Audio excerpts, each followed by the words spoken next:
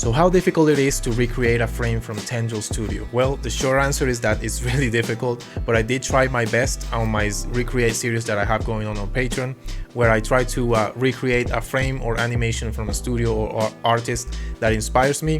And this is in no way intended to just be like a copy of someone else's work or claim it as my own.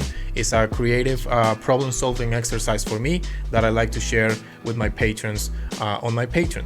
So in this month, I tried my best to recreate this frame from Tendril for Cashapp.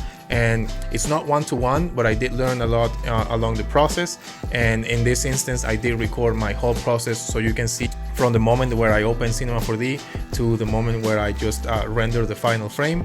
I asked around in social media, and a lot of you seem to be interested in these long format videos. So just brace yourself, because this is over 2 hours long.